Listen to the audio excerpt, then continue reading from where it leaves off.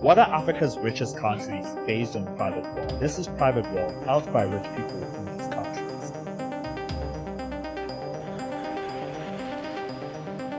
Nigeria with $228 billion. Silicon Valley in Lagos. Out of the 442 tech hubs in Africa, 90 of them are in Nigeria. One of the smartest men in the world, Dr. Philip Emeagwali, is Nigerian, and he developed one of the fastest computer systems on Earth called the Connection Machine, where he connected over 60,000 computers to solve 3.1 billion calculations per second. They are the largest oil producer in Africa and the 6th largest oil producer in the world. They have tons of stuff colonized by the British in the 1800s, and they gained their independence by 1960, so they had about 80 years. Until oil was discovered there in the very early 1900s, Britain took a lot of pieces for the West or both to make sure that there is not one major powerhouse in Africa to unite and guide regions of the world. South Africa with $651 billion.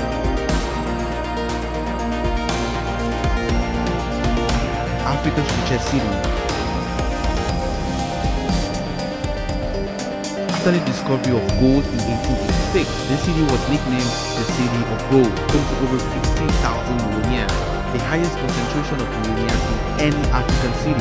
Here you would find lots of supercars, ultra luxurious and award-winning residential and commercial neighborhoods, home to Africa's richest square mile and over $100 billion GDP. I think this is the center of business in Africa. Johannesburg considered one of the most richest cities in Africa. The richest square mile in Africa, home to more than 15,000 millionaires, the highest concentration anywhere on the African continent. This city is home to some of the most luxurious neighborhoods, with appreciation reflected at high as 15% annually in property resale. Some of these neighborhoods have been made in the New World Wealth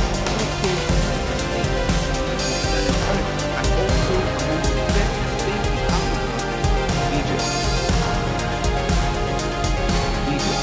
Egypt has a diverse economy that includes sectors such as tourism, agriculture, manufacturing, and services. Its GDP is estimated to be over $404 billion.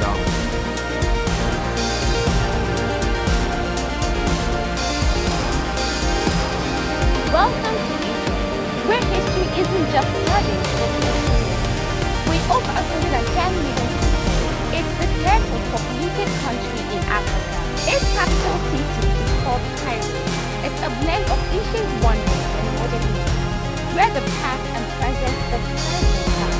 Egypt's official language is Arabic, but you also hear English and French around from the square.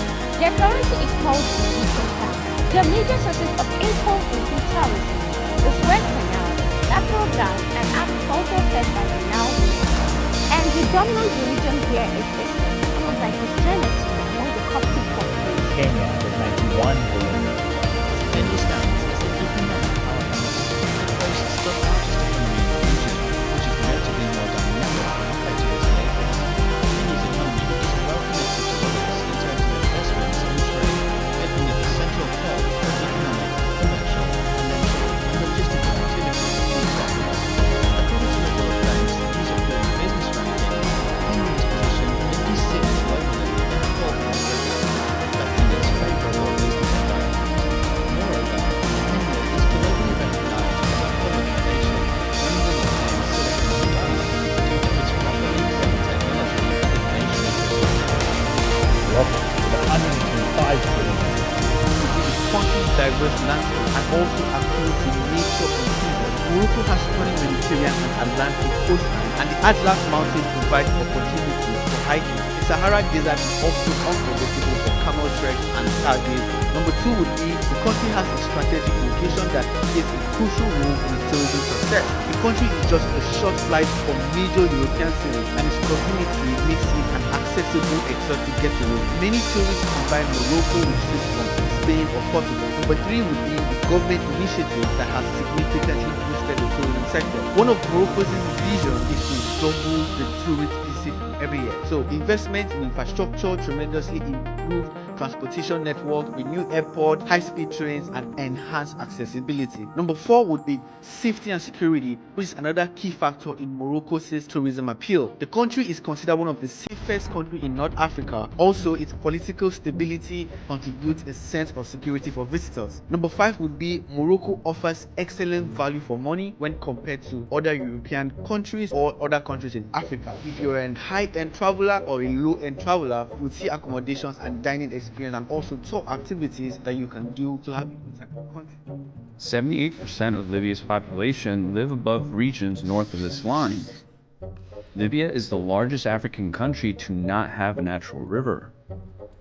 90% of Libya is covered in dry desert and basically uninhabitable.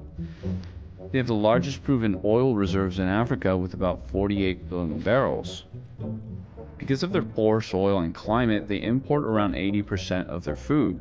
The red, black, and green in their flag represent 3 provinces of Libya, and the moon and the star, Islam. There's a city once called Cyrene that was a part of the ancient Greek Empire and a UNESCO heritage site. They were ruled for 42 years by a dictator named Gaddafi, who was eventually assassinated.